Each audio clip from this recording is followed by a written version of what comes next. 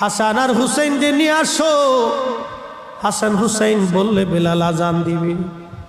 আহারে সাহাবীরা দৌড়াই গেলেন ফাতেমার বাড়ি, 7 নম্বর গেট, বাবু সালাম বরাবর সেই বাড়িটা দেখা যায়। দৌড়াই যাইয়া ফাতেমার ঘরে গেলেন। হযরতে ফাতেমার ঘরে যাওয়ার পরে হাসান আর হুসাইনকে নিয়ে আসলেন। হাসান হুসাইন দেখতে নবীর মতো দেখা যাইতো, নানা চেহারা পাইছিলেন দুইজনে, দেখতে নবীর মতো দেখা যাইতো। বেলাল ছিলেন নবীর রওজার পাশে। হাসান আর হুসাইন ছোট্ট দুই ভাইকে দেখে বেলাল উঠে দৌড়ায় এসে একবার ইমাম হাসানের বুকের মধ্যে মাথা ঠেকায় কাঁদে, আবার ইমাম হুসাইনের বুকের মধ্যে মাথা ঠেকায় কাঁদতেছিল। হাজরাতে বেলাল কাঁদতেছিল।